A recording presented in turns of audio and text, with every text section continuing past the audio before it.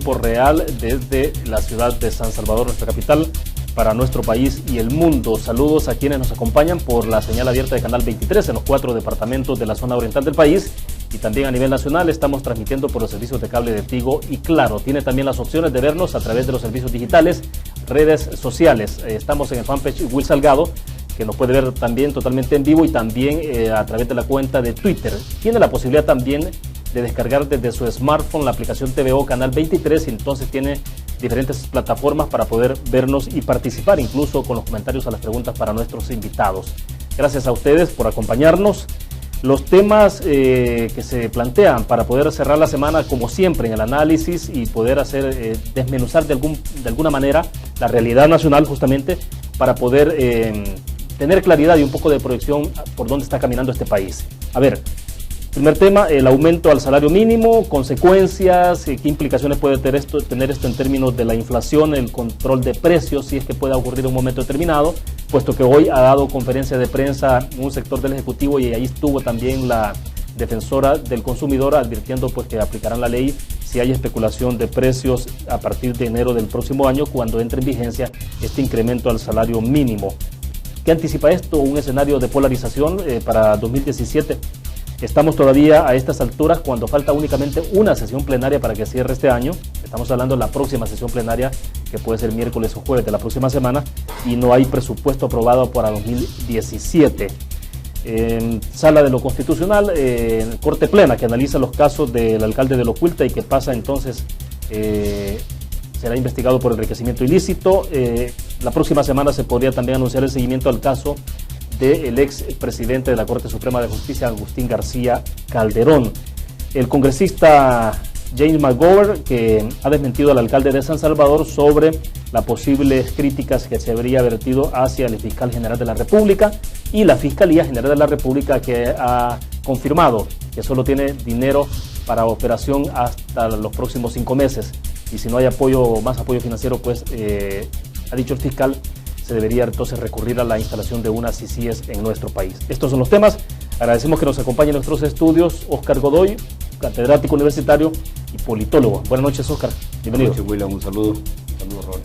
Perfecto, y agradecemos también a Roberto Cañas, analista político, que nos acompaña habitualmente también para cerrar con la reflexión de la semana. Buenas noches. Gracias por invitarme, William. Óscar, un saludo. Qué bueno estar compartiendo aquí las cámaras en TVO para los 4 departamentos de la zona oriental y para todo el mundo. Exactamente. Buen comercial, Roberto. Bueno, antes de iniciar, recuerdo a ustedes Almacén de Pumba, la explosión de precios bajos, con 19 sucursales a nivel nacional. Están ahí en el occidente, en la zona central, para central y el oriente de nuestro país. Bueno, entramos en materia. A ver, Óscar, se plantea entonces el incremento al salario mínimo. Ahí hay como 2 momentos que hemos analizado ya. Por ejemplo, antenoche estuvo con nosotros en nuestros estudios acá en San Salvador el economista Luis Membreño, y hablamos un poco sobre las consecuencias que esto tenía, pero tratábamos de desglosar un poco en el análisis 2 acontecimientos. Uno es lo que ocurre justamente cuando se constituye la elección del Consejo de Salario Mínimo, quiénes lo integran, y la otra es el hecho que se perfila ya hace prácticamente un poquito más de 24 horas, cuando se decide incrementar el salario mínimo. Pero bueno, en términos generales, ¿qué consecuencias puede tener esto? ¿Cómo se perfila? Bueno, yo comenzaría hablando de la dimensión social, digamos, de incrementar salarios en un país como el nuestro. Es obvio, y todos vamos a estar de acuerdo, de que la gente en general necesita más recursos para enfrentar el costo de vivir, de mantener y reproducir su vida, que no es fácil en un país con limitaciones como las que tenemos, con una demanda exagerada de trabajo y con un potencial empresarial que no absorbe toda la fuerza que está en el mercado, y eso contribuye a que se tienda siempre a salarios un tanto bajos comparados con las necesidades que se tienen para cubrir la canasta básica. Yo personalmente no creo que aumentar salario mínimo sea una salida para mejorar la economía de la gente, ¿verdad? Porque el financiamiento de la economía familiar es función, en primer lugar, de los ingresos que se perciben por la vía del trabajo, es función también de la calidad de los servicios públicos que se puedan tener desde el Estado, y es función también de dinero extra que pueda generar cada miembro de la familia para poder alcanzar sus necesidades. Sin embargo, hay una ley, hay un consejo que para eso está, ¿verdad? Precisamente para estar revisando las tablas de salarios e incrementar cada cierto tiempo, ¿verdad? De acuerdo a ciertos criterios técnicos que incluyen precisamente las tasas de inflación. Sin embargo, hay también una dimensión propiamente económica que tiene que ver con las condiciones del país, ¿verdad? Un país donde se incrementan los salarios debe también tener medidas de compensación desde el Estado para facilitar el manejo de la inversión privada, para facilitar la reproducción del capital, para facilitar la dinámica económica propiamente dicho, ¿verdad? Y eso es una de las barreras que se tienen ahora, porque hemos tenido 2 gobiernos consecutivos en un claro antagonismo al sector empresarial, en claras barreras, digamos, para hacer empresa en este país. Exceso de regulaciones, tributaciones extremas, una burocracia exagerada, regulaciones cada vez más difíciles para poder incentivar, digamos, la inversión, y una relación entre Estado y mercado que plantea situaciones de incomodidad, digamos, para que otros puedan atreverse a invertir. Además de eso, también debería haber medidas de compensación social también desde el Estado para revalorizar lo que se incrementa desde el salario mínimo y revalorizar las prácticas de consumo que también están involucradas en todo esto. Ya, de acuerdo. Esta es una primera aproximación. Es una primera reacción. Sí. Sí. A ver, Roberto, lo que tenemos es, rápidamente, para refrescar un poco la memoria, en este nuevo ajuste de salario mínimo, lo que tenemos sector urbano son $300, el nuevo, estamos hablando del nuevo salario, $300 para comercio, servicio e industria, lo tenemos acá proyectado en pantalla. Maquila, textil y confección, $295, sector rural, 224 para la industria agrícola, café y recolección de caña de azúcar, $200, agropecuario, cosecha de café y temporada de algodón. Pues bien, estos son los datos que tenemos. Entonces me gustaría saber, Roberto, un poco la primera aproximación que usted tiene sobre esto. Después vamos a entrar quizás un poco más en los detalles, pero bueno, ¿siempre hay un momento para aumentar salario mínimo o nunca lo hay? Mira, esto tiene varias aristas, habría que empezar a establecer cuáles son los criterios rectores a partir de los cuales puedes analizar. Uno es la OIT, la Organización Internacional del Trabajo, define un concepto que debería ser el concepto rector, el salario decente. Salario decente significa que tienes un nivel de ingresos que permite satisfacer las necesidades de la persona, trabajador y su familia, que permite también el trabajo decente, posibilidades de ascenso en el desempeño laboral, que ofrece condiciones de trabajo adecuadas. Es decir, son cosas que están escritas en la conceptualización de lo que debe ser el trabajo, que está muy alejado de la realidad salvadoreña. Ahora, ¿por qué tanto ruido de parte de los sectores empresariales? Hay que entender que la ecuación de la lógica empresarial es que ellos buscan aumentar sus ingresos y disminuir sus costos para aumentar el beneficio. La lógica del capital es la búsqueda de la máxima ganancia. Y salario es costo para un empresario. Y por supuesto, busca disminuir sus costos. Aumentar salarios, aumentar sus costos y pone el grito en el cielo. Eso por un lado. Además, hay que entender de que ese aumento no alcanza. Puede ser muy publicitado por el gobierno, pero cuando uno se enfrenta a la realidad, se da cuenta de que es insuficiente, ni siquiera para enfrentar los gastos de la canasta básica. Además que tiene un correlato inmediato que se expresa casi automáticamente al conocerse el anuncio del aumento del salario, que es el efecto inflacionario. Es aumento general del nivel de precios, es decir, si hay en el ambiente un anuncio de que van a aumentarse los salarios, inmediatamente Y por eso no es casualidad, y está la conexión muy clara de la presencia de la Defensoría del Consumidor. Sí. ¿Por qué está ahí? No es porque de repente la invitaron, porque sería bueno que estuviese, sino porque es claro que, además es muy simpático que diga ella que va a buscar detener que aumenten los precios. Preguntémosle qué pasó con lo de el impuesto a la telefonía, o preguntémosle a cualquier cantidad de denuncias que hay en esa oficina de arbitrariedades, discrecionalidades en los cobros de una gran cantidad de productos. Ya, ahora bien, pero aquí el tema es cómo lograr entonces que la medicina no pueda ser peor que la enfermedad. Es decir, un incremento al salario mínimo sin duda alguna tiene impacto. Por ejemplo, en el caso concreto de los pequeños empresarios o los microempresarios, Oscar, está claro de que sí se van a ver afectados, porque habitualmente la microempresa es la que está pagando el salario mínimo, no es precisamente la gran empresa casi siempre tiene salarios por arriba de eso. Sí. Entonces, ahí puede haber un efecto, sin duda alguna, que tiene que ver con la generación del empleo, porque o se traslada entonces al servicio o el producto que se elabora, ese costo. Entonces, ¿cómo lograr establecer los puntos de equilibrio en un marco de una economía también que no termina de arrancar? De hecho, somos los que menos crecemos de acuerdo al Producto Interno Bruto en toda Centroamérica. Sí, lo que pasa es que aquí se trabaja con medidas, ¿verdad? Con paliativos. Estos son asuntos de política pública, ¿verdad? Que tienen que integrar diferentes factores en esa gran ecuación. En primer lugar, ¿cuál es el contexto económico del país? ¿Cuáles son las oportunidades de mercado del país? ¿Cuál es el potencial empresarial del país? ¿Y cuál es la capacidad del Estado de hacer inversiones estratégicas para la economía, que es parte de sus responsabilidades? En segundo lugar, ¿cuáles son los hábitos y costumbres de consumo de una población no tan bien educada en ese campo, ¿verdad?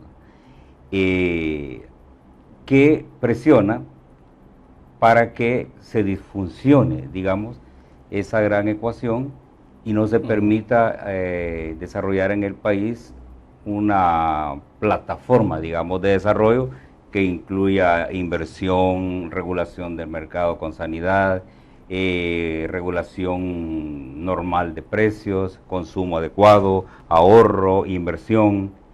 Todas esas variables que tienen que ver con política pública no se manejan desde esa perspectiva, sino que hay componentes de tipo propiamente electoral que también están involucrados. ¿Usted ve algún contenido electoral, sí, alguna intencionalidad, digamos, en esta decisión? Recordemos cuál es el contexto en que se da esto, ¿verdad? En primer lugar, es un contexto donde el sistema está cuestionado por el gran tema de la corrupción. Las últimas semanas se estaba hablando de investigar, por ejemplo, al presidente, al vicepresidente de la República, funcionarios del anterior gobierno y de este, vinculados a la izquierda también. Entonces, esto de aumentar el salario mínimo es una bomba de comunicación que descentra, digamos, la fijación que uno pueda tener en el tema de corrupción, y todo el debate y toda la discusión y toda la comunicación del país se va a salario mínimo. La derecha también tiene una reacción política antagónica a la medida.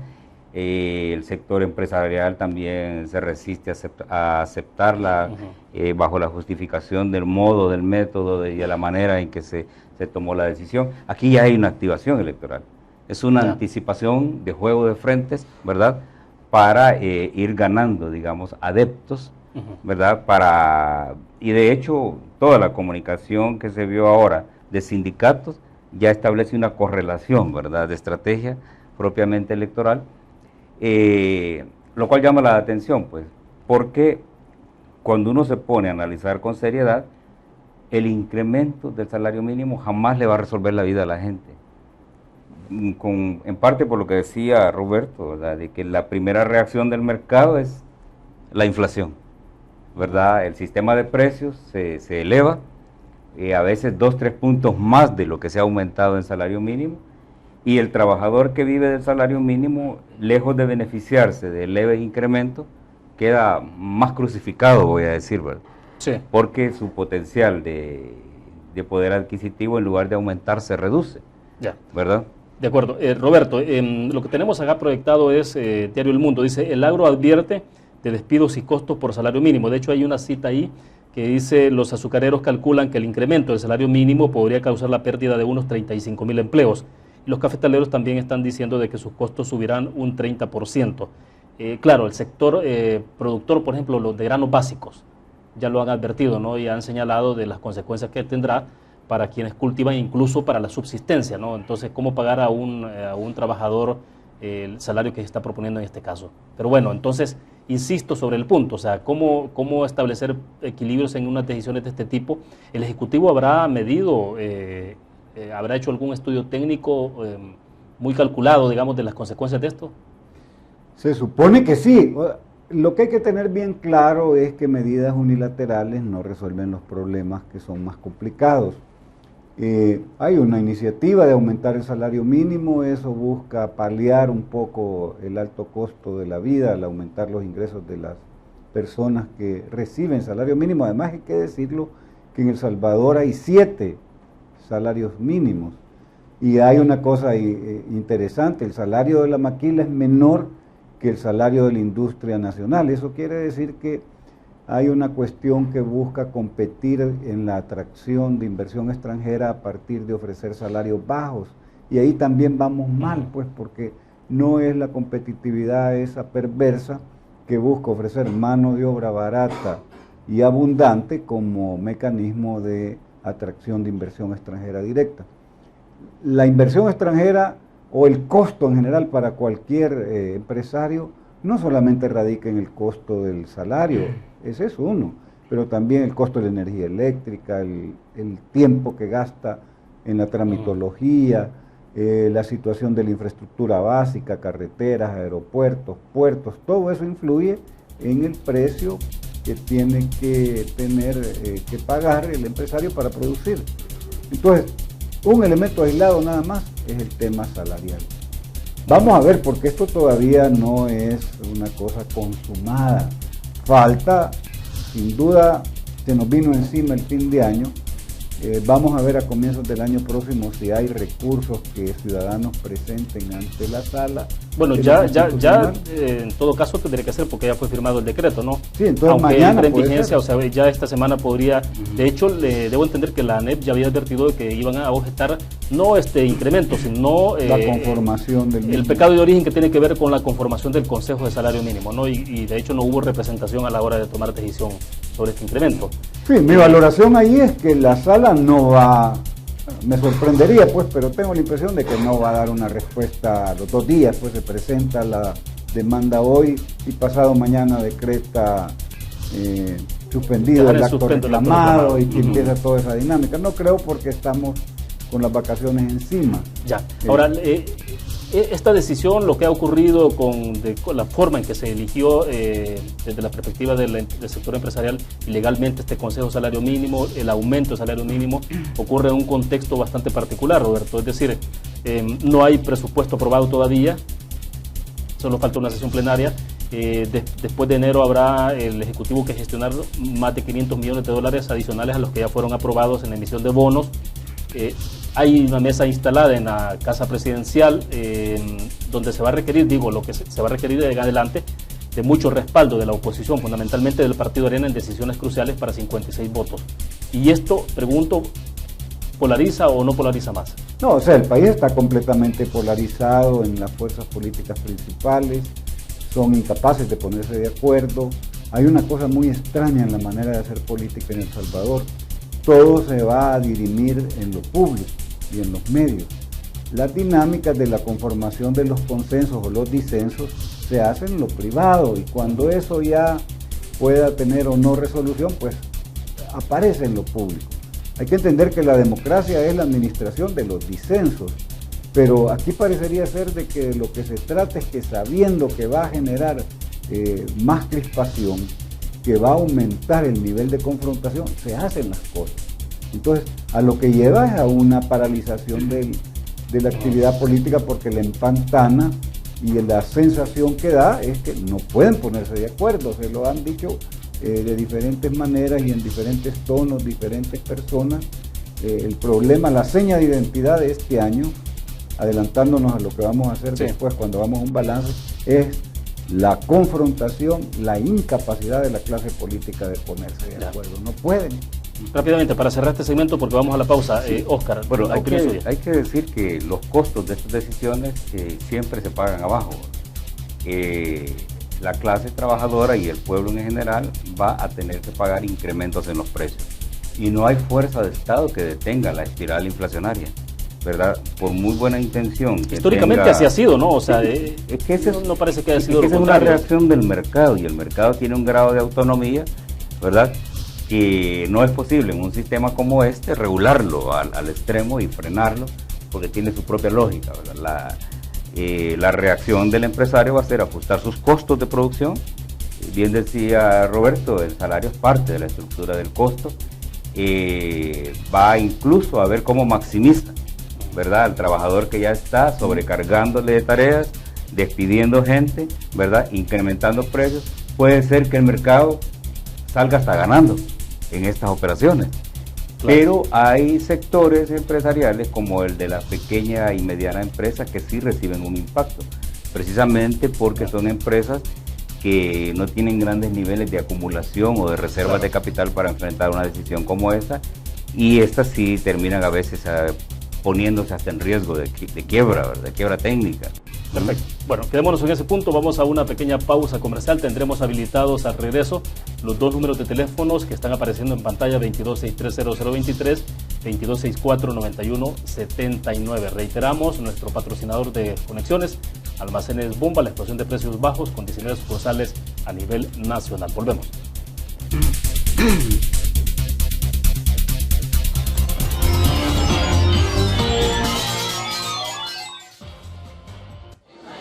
El pollo y el huevo han formado parte de tu vida. A veces caliente, a veces frío, a veces visible, a veces invisible. El pollo y el huevo han estado siempre contigo. Son los alimentos de todos los días, los saludables, los que no pueden faltar en tu casa, porque te nutren y te dan fuerza. Aves, 60 años. Pollo y huevo todos los días.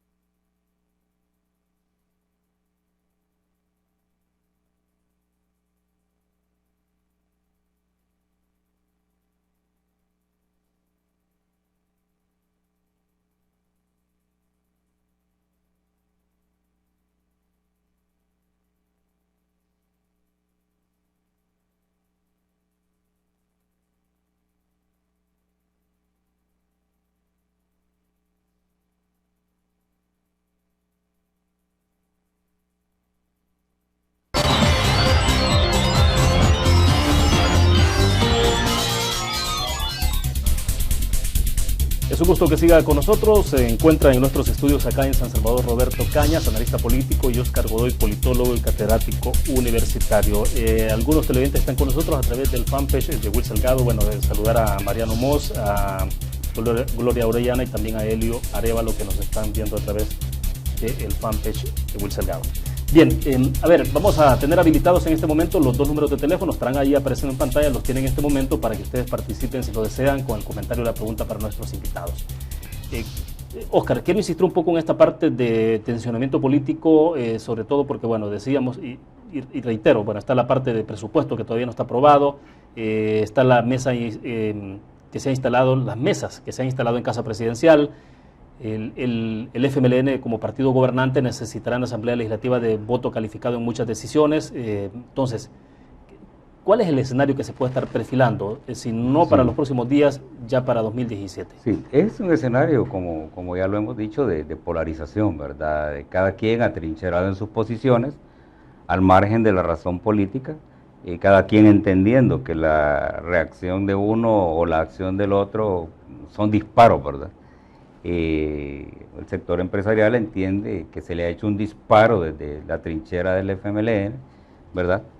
Y desde esa lógica ellos pueden responder en esas mesas de negociación, negando votos para el presupuesto, negando los consensos necesarios para el financiamiento que está pidiendo el gobierno, sacar a sus alcaldes a la calle a pedir el FODES, motivando a los sectores a quienes no se les ha dado el escalafón, como el sector salud, por ejemplo. Entonces, todo eso genera una activación política de tensión que no beneficia en nada a la situación del país, porque rompe con el criterio de estabilidad, que es donde las cosas pueden funcionar de mejor manera. De acuerdo, nos quedamos en el punto, vamos a nuestro teléfono. Buenas noches, como siempre, la sugerencia de que le baje volumen a su televisor, nos escuchamos por el auricular y nos dice usted de dónde nos llama. Buenas noches. Buenas noches, amigos. Adelante. Gusto saludarlos, gracias por permitirme participar ahí. Nada más una pregunta para el señor Godoy ahí, que si él mantiene o apoya siempre aquel eslogan asesino del partido que él apoya, que dice Salvador será la tumba donde los robos terminarán, pero no dice si muertos de hambre porque no quieren apoyar el aumento del salario mínimo. Muy amable, buenas noches. Sí, sí. Bueno, perfecto. Sí, sí. Vamos a ver, no sé si tenemos a otro televidente con nosotros. Mientras tanto, Oscar, porque hay una alusión directa entonces a lo que está planteando. Se asume como que hay una posición suya totalmente contraria a la decisión de incremento al salario mínimo. No, es que yo tengo una razón técnica para decir que el aumento al salario mínimo no resuelve la economía familiar, porque el efecto en el mercado es una espiral de inflación que se revierte contra las fuerzas trabajadoras. Los políticos saben eso. Lo que pasa es que a los políticos no les interesa el bienestar de la gente, la economía familiar de la gente, sino que les interesa la tensión política y la tensión electoral, porque eso es lo que ellos convierten en votos, ¿verdad? El sector que vive del salario mínimo no va a estar mejor con este incremento. Y esto es al margen de si uno apoya a un sector al otro, eso no interesa. La razón técnica es que se abre una espiral inflacionaria, hay tensión política en el país. Quien crea que con 40 o 50 dólares de aumento va a mejorar su condición familiar, no ha comprendido de qué se trata el juego, ¿verdad? Esas son las cosas que hay que decírselas a la gente, ¿verdad? Y eso no indica que uno pueda estar preferenciando una opción u otra. Roberto, no sé si va a agregar algo a esto. ¿Cómo no? Yo pienso que la reflexión más general que deberíamos de tener los amigos que nos están viendo es que nos encontramos en presencia de una circunstancia de los partidos en que tienen una deuda de ponerse de acuerdo muy grande. Voy a mencionar por lo menos 5 o 6 cosas en las que terminamos 2016 sin acuerdos. Rapidísimo para que, muy rápido. tenemos no hay a un pacto televidente. Fiscal, no hay reforma previsional, o sea, de pensiones, las mesas están tiradas, tanto la de empleo y economía, la otra ni se ha montado, la de caficultura. Entonces nos encontramos ante esa realidad en que cuando vemos hacia atrás hay 4, 5, 6 cosas en las que no se han podido poner de acuerdo y está el Fondo Monetario. Ese sí no va a estar esperando mucho. Ese va a decir, bueno, ¿quieren ustedes que exista de parte del Fondo Monetario un un préstamo precautorio o algún apoyo, van a tener que cumplir con estas condiciones, si no, no. Entonces, yo digo que eso es lo que hay que reflexionar, porque también en Estados Unidos habría que ver si los condicionamientos para la ayuda, para la Alianza para la Prosperidad, para el Fomilenio, que tiene en medio eso del 17 centavos de aumento que han llegado a plantear, que ya no se volvió a hablar, pero ahí está, lo que pasa que está... Sí, con Fovial. Esas son, como ya he mencionado, 5 o 6 cosas en las que no hay acuerdo. Bueno, vamos nuevamente al teléfono. Buenas noches, le baja volumen al televisor, le escuchamos. ¿De dónde nos llama? Aló, de Santana. De Santana, adelante. Sí, díganos, estamos al aire. ¿Cómo es posible? El gobierno le ha dado un tiro de gracia al agricultor, a la agricultura con este aumento salarial. Eso es el tiro de gracia a todos los agricultores. ¿Cómo es posible que el señor presidente salga diciendo que ya tiene el dinero del FODES cuando son 90 millones? Ese hombre es un mentiroso. Bueno, perfecto. Gracias por la opinión, por la participación. Creo que tenemos a alguien más con nosotros en la línea. Buenas noches. Si le baja volumen al televisor, nos dice de dónde nos llama. Sí, buenas noches, hermano.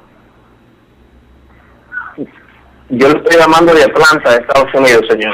Perfecto, le escuchamos perfectamente. Adelante, díganos. Ok, yo lo que le quiero decir, le quiero preguntar al muchacho que está, los dos señores que están ahí. Yo pienso que así mucha política y todo eso, yo sé que su programa es muy bonito y que usted tiene, pero se deben de poner a pensar en la gente campesina, en la gente que anda rodando, como es que anda en Santa Tecla, que andan sufriendo con otras personas, los golpean. Eso es lo que deben de ponerse a pensar, a darles más empleo a la gente para que ellos no sufran eso, ¿me entiende? Eso es lo que deben de hacer con ellos, no que se pongan a hablar y hablar y hablar y nunca hacen nada. Como Arena, como el FMLN, todos se ponen a hablar y no les importa a la gente lo que anda sufriendo ahí en la calle. Perfecto, bueno, le agradecemos a usted la participación.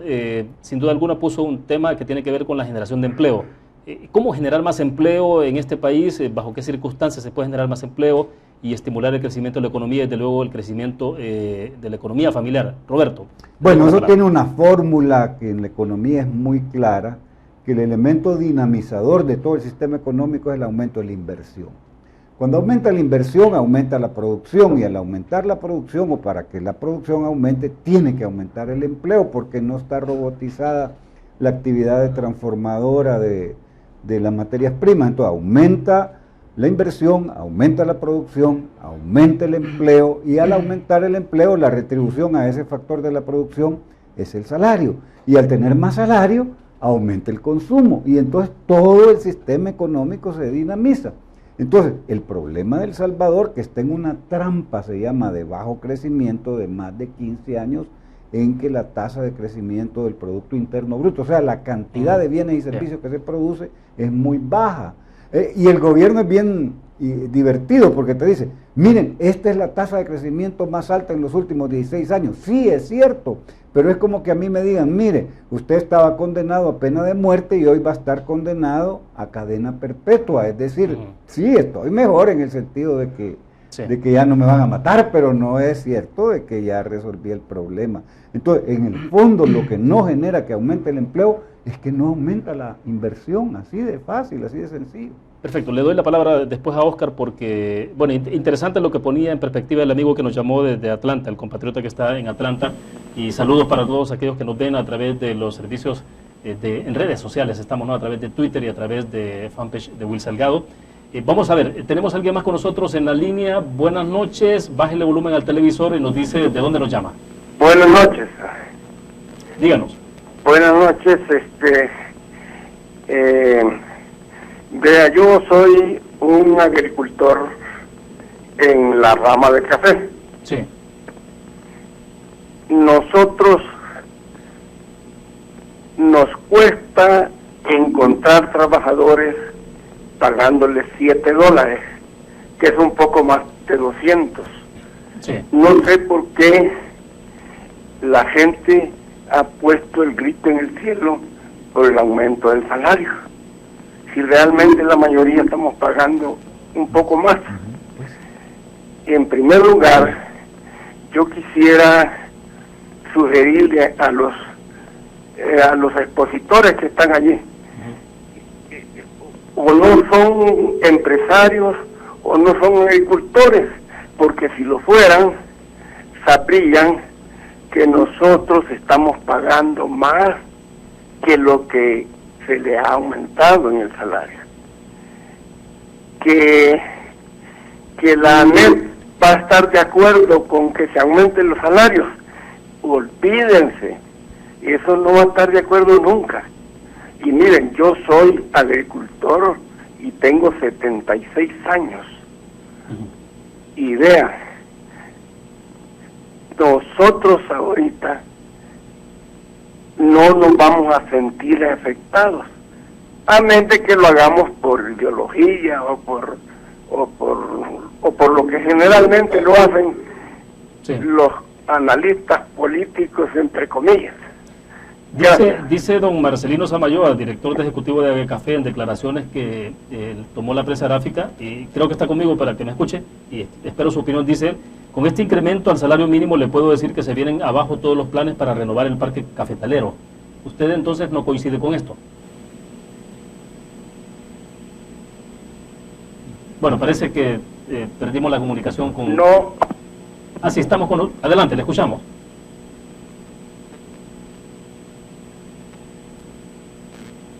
Bueno, vamos a ver si todavía está el televidente con nosotros. Parece que perdimos la comunicación, lamentablemente, porque me hubiera gustado también escuchar el punto de vista sobre este tema. Sí, yo no coincido con eso porque yo soy agricultor y soy cafetalero. Sí. Estoy ahorita recogiendo la cosecha. Y todo el año he batallado pagando $7. Y ustedes saben que $7 es más de $200, que es lo que van a pagar.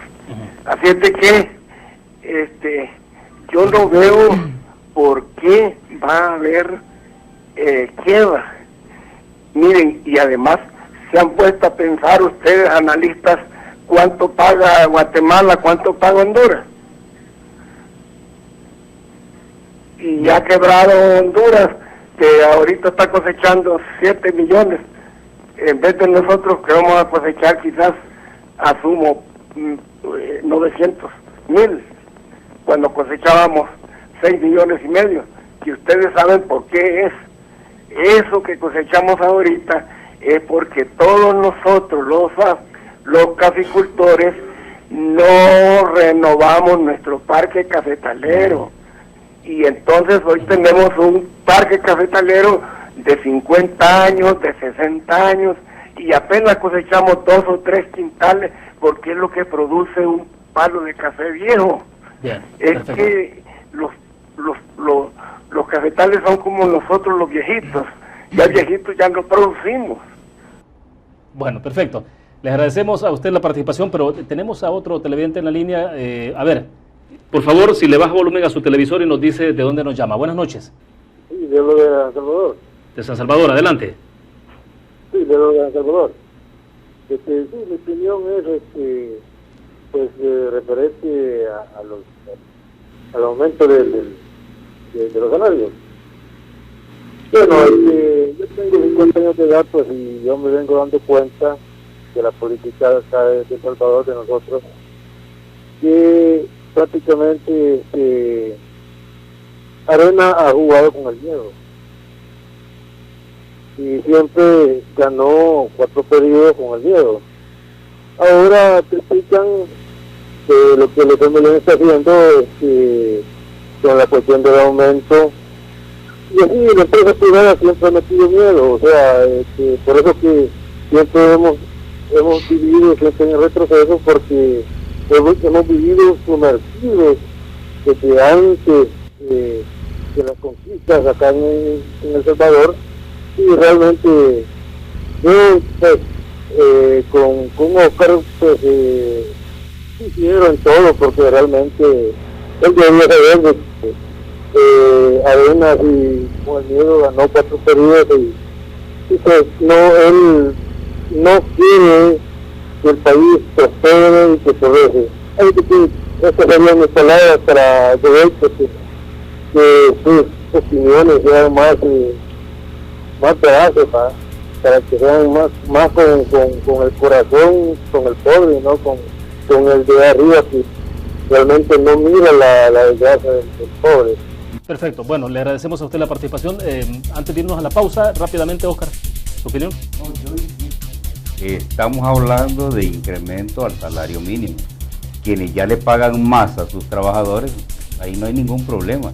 Estamos hablando de quienes van a tener que incurrir en un costo adicional, ¿verdad? De eso se trata. E insisto en que no es el incremento al salario mínimo lo que resuelve la economía de la gente. Hay otros factores, ¿verdad? ¿Qué es lo que encarece la vida de la gente? En primer lugar, la atención en salud. Cuando no tenemos un buen sistema de atención a la salud pública, la gente tiene que ir por su propia cuenta al médico, por su propia cuenta a comprar las medicinas, y ese es un impacto fuerte al presupuesto familiar. Cuando la gente tiene que ver cómo se rebusca con un carrito y echarle gasolina porque no quiere enfrentar el riesgo de andar en nuestro sistema de transportes públicos, eso encarece la vida de la gente. Hay muchas cosas que se pudieran resolver desde los buenos servicios públicos, y ahí hay una demanda no satisfecha por parte del gobierno. Entonces, si la gente tiene buen sistema de transporte, si tiene buena atención en salud, buena educación, si tiene seguridad, todo lo que el Estado debe hacer, se puede vivir con estos pocos de dinero que se reciben de las empresas. Y en ese caso, un incremento, por pequeño que fuera, sí impactaría positivamente. Pero en las condiciones actuales, no, es un engaño. Bien, nos quedamos en el punto entonces, hacemos la última pausa comercial. Regresamos con conexiones en unos segundos.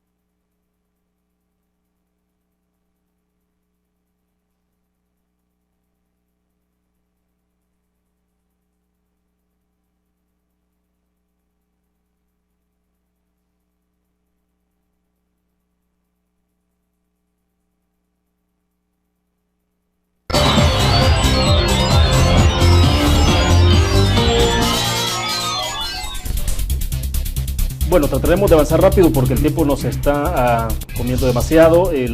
Los otros temas, pues salario mínimo sin duda que es como el más relevante, pero ahora están los otros temas. El congresista James McGovern, que ha desmentido a Bukele sobre las críticas al fiscal general, y hemos visto la nota que tenemos reflejada acá en la pantalla. Dice, el alcalde dijo en una entrevista en televisión que McGovern apoyaba investigación contra el fiscal general Douglas Meléndez. El político lo negó y reiteró su apoyo al fiscal general. Esto también ocurre en el contexto de otras declaraciones donde el fiscal general ha hablado sobre el tema de una posible CICIES en el país, si en dado caso no hay más presupuestos, puesto que lo que tiene ahora el fiscal es alcanzará para 5 o 6 meses. Óscar. Correcto. Bueno, hay que recordar que ya van varios meses de una ofensiva, digamos, desde la Fiscalía, desde Probidad, desde la Sala Constitucional, una ofensiva contra la corrupción. Y esa ofensiva va respaldada, ya lo hemos visto, por amigos de otros países que se interesan en esta gran lucha contra la corrupción. Hemos visto las declaraciones de otros senadores o congresistas en Estados Unidos a favor de esta lucha. Hemos visto cómo algunas cooperaciones internacionales también ya traen la cláusula de lucha contra la corrupción como condición. Hemos escuchado en las últimas semanas las declaraciones directas de la embajadora de los Estados Unidos y hemos también visto el juego de imágenes donde el fiscal general de la República aparece respaldado, digamos, por funcionarios de otros países. Esta declaración del congresista McGovern se une a esa ofensiva de comunicación. Lo que pasa es que en sentido contrario, también los políticos tradicionales se organizan también para hacer una contraguerra, ¿verdad? Para querer golpear al fiscal, por otro lado los ataques a la Sala de lo Constitucional, por otro lado críticas a la Oficina de Probidad y al Instituto de Acceso a la Información, son parte del juego de resistencias, ¿verdad? Incluso se expresa en actos un poco simbólicos, digamos, pero que tienen una expresión finalmente política y hasta diplomática. Recientemente, en la sesión plenaria de esta semana, la Asamblea Legislativa dio un reconocimiento al ex embajador de Alemania en nuestro país. El FMLN no aplaudió, por ejemplo. Correcto. No hubo ningún gesto de acompañamiento, digamos, de alguna forma a eso. Entonces, hasta esos niveles, ¿no? Se expresa todo eso. Niveles, ¿verdad? Criticar al fiscal y quererlo señalar y ponerlo en el banquillo de los acusados fue un intento de maniobra, ¿verdad? Porque hasta ahí llega. Cuando el congresista lo desmiente, ¿verdad? Y dice, no es cierto lo que este señor dijo, sino que al contrario, estamos respaldando la lucha contra la corrupción, las cosas quedan claras, ¿no? A ver, Roberto, ¿cuál es la impresión sobre este caso particular y que cruza la parte de la clase política, el tema de corrupción, transparencia, inconformidades, expresiones en contra de la sala, etcétera? Bueno, no me voy a referir a Bukele. Bukele está en todo menos en misa. ¿Qué quiero decir con eso?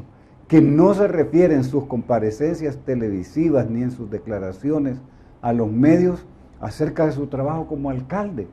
Es decir, no hay declaraciones orientadas en ese sentido, salvo ahora que está inaugurando el mercado Cucatlán. Fuera de eso, todas las comparecencias que ha tenido han sido para señalar el tema del ciberescándalo de las páginas que se clonaron, o el pleito que se tiene con el fiscal, o el pleito que se tiene con el mismo FMLN, pero además después aparece en la convención del FMLN.